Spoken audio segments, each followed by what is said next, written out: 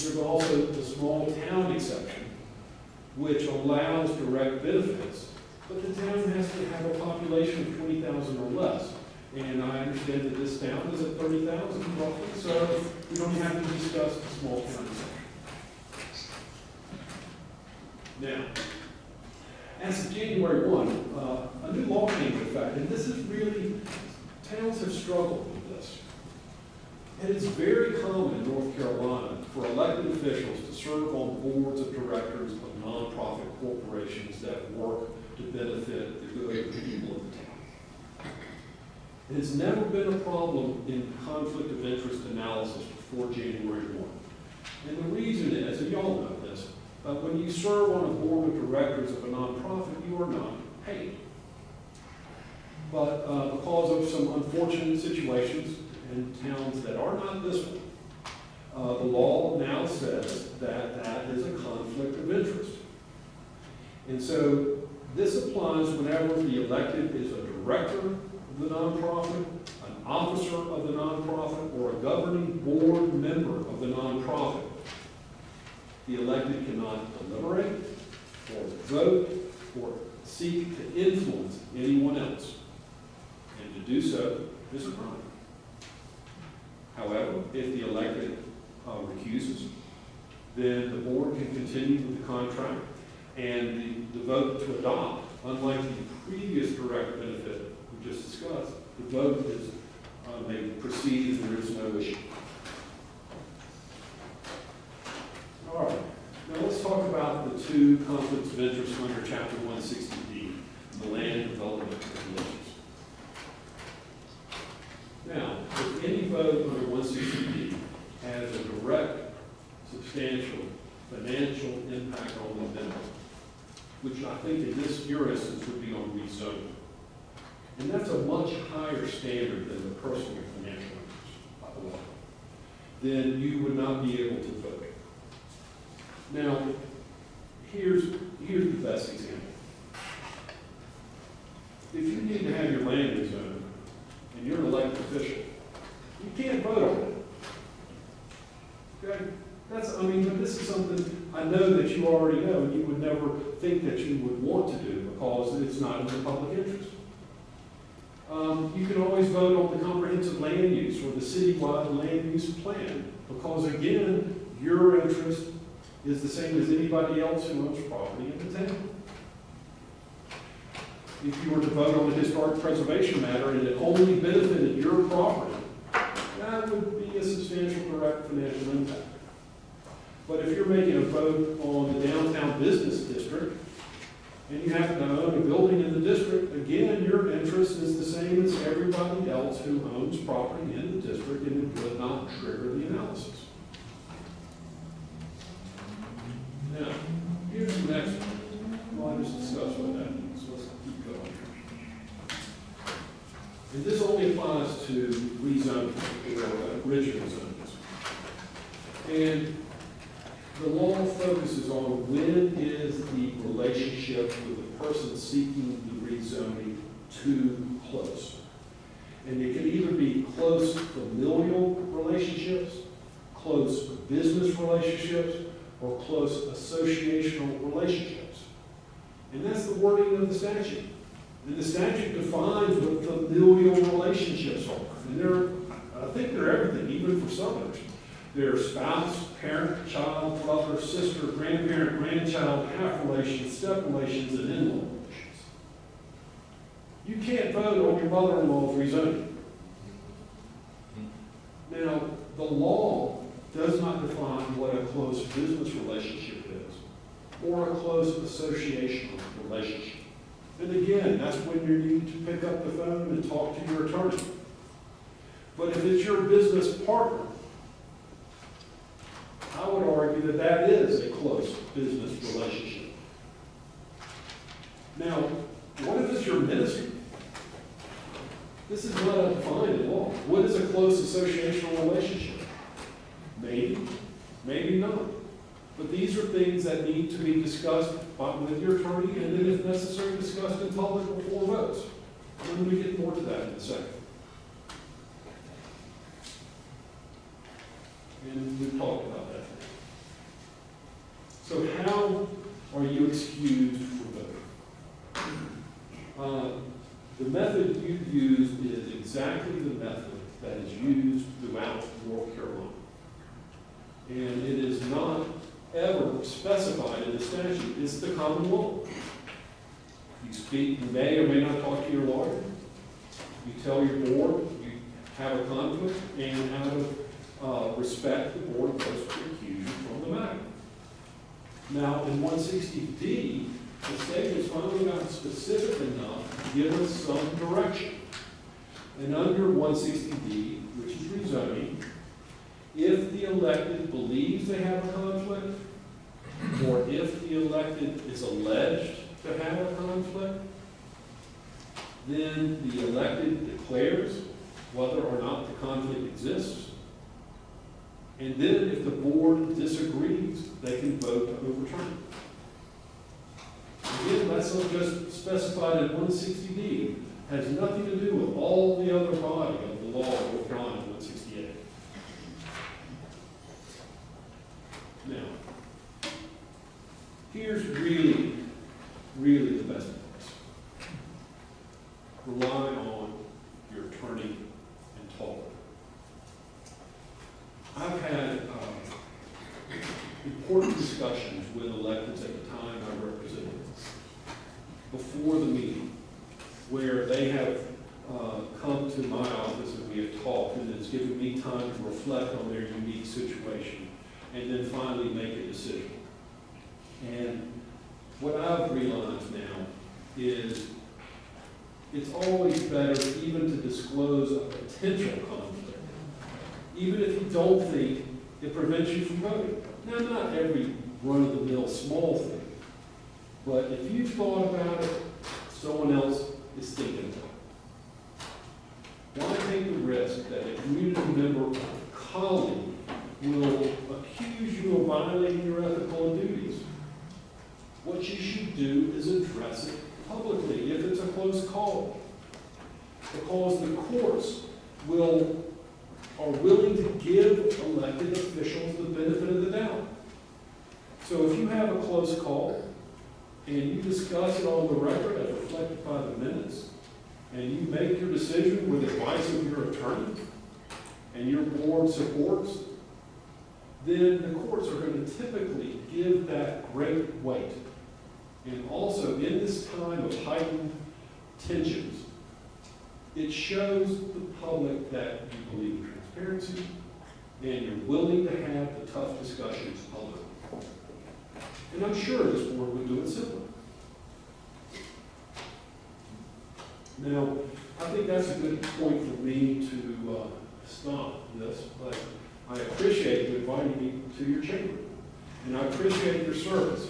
It is a long job, and I meant to mention this on the front end, but I'm also presenting with the School of Government at the newly elected officials and newly re-elected officials conferences that are going around the state, and we are scheduled to be in New Bern, I think, in mid-June or early June, but that may be pushed back now with the latest decisions of the legislature. Anyone have questions? I do. In regards to the new statute that passed for nonprofits, last year the board decided to work with a nonprofit that I co-founded. I asked to recuse myself. I didn't have to because of that statute. This year they decided to work with us again in regards to utilizing the firemen and things of that nature. I would need to recuse myself. Correct? Yes, the law would, if you're a member of the board of directors or an officer of the corporation, then you fall within that definition, and the law requires you to recuse yourself. Thank you. But the board can still move forward. Question back to the nonprofit. So we as elected officials oftentimes get appointed to various boards, like an economic development board, for example. I'm the city's representative. I have a voting right on that board of directors. Can you clarify, because there's a lot of question throughout the community about what this new general statute covers? And it's not entirely all settled today, but unless the nonprofit is formed by the state, it is going to fall within these definitions. Now, I am aware of one legal opinion that says it has to really be a 501(c), which is, a subtype of all closed sessions, because when you look at the statute, the wording is exactly the same as the IRS definitions of 501(c), but the law does not specifically address that. So that is exactly the type of opinion that your city attorney would need to render, because he has the statutory duty to provide legal advice for the town. And just to clarify, what you're not supposed to vote on, is it for this governing body that funds that nonprofit, or is it any vote for the nonprofit because they receive funds from the governing board?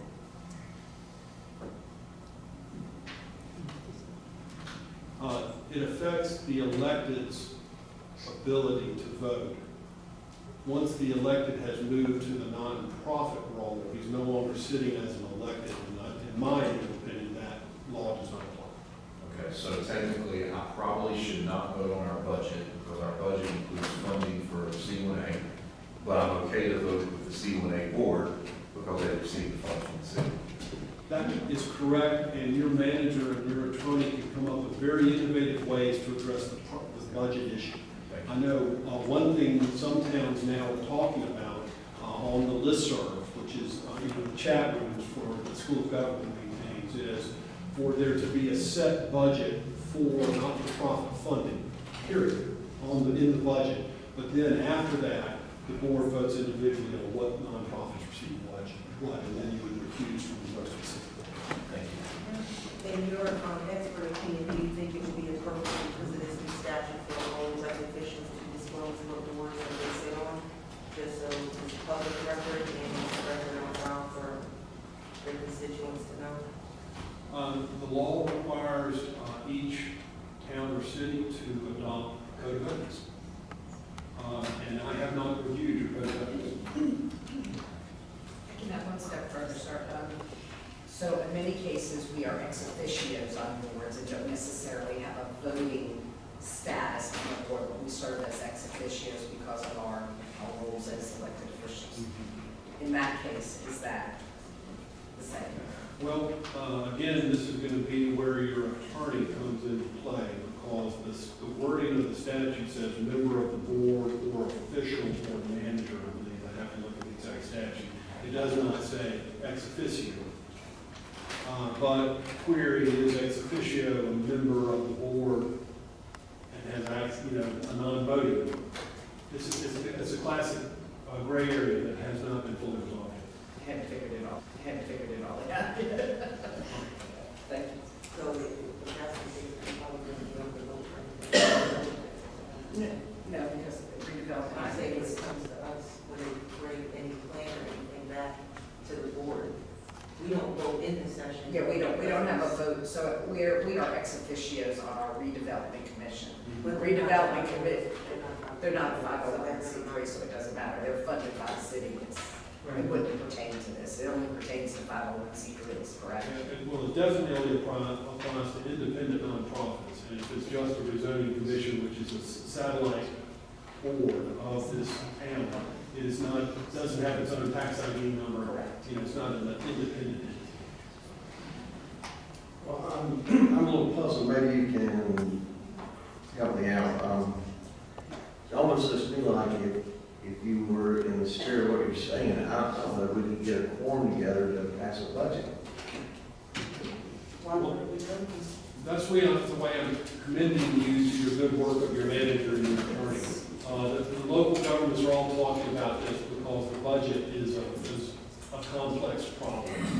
And so I think the recommended practice, though, is to create set-asides in the budget that would go to nonprofits and then have the specific vote on awarding to the nonprofits done after the adoption of the budget. Because everybody needs to participate on the adoption of the budget if possible. So are you seeing that, or the way we do budgets in the future, we would amend this? Could you elaborate on what you're seeing and I think thinking? it's two separate votes. I would say there's two separate votes, a vote for the budget and a vote for the nonprofit budget. Yes, ma'am. Well, you would adopt your budget with a pool of nonprofit funds. And then subsequent to that, you would vote to take that pot of money and fund specific nonprofits, with each of you recusing yourselves depending on the nonprofit.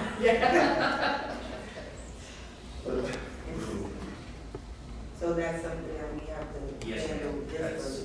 That's in the works. Gotcha. And that bill got read in Raleigh how many times before it came on? I'm just asking, several times, correct? It's not like somebody just introduced this and all of a sudden the General Assembly passed it, so. I don't remember the specifics, but there was one town, that there was an abusive situation. And the state reacted to that need, and used a broad method, in my opinion. So we have to explore the whole bunch. So do in-kind services come into play? That they probably don't. Yes. Let's talk about in-kind services. Well, if it's a vote to provide in-kind services, I would be wary. If it is just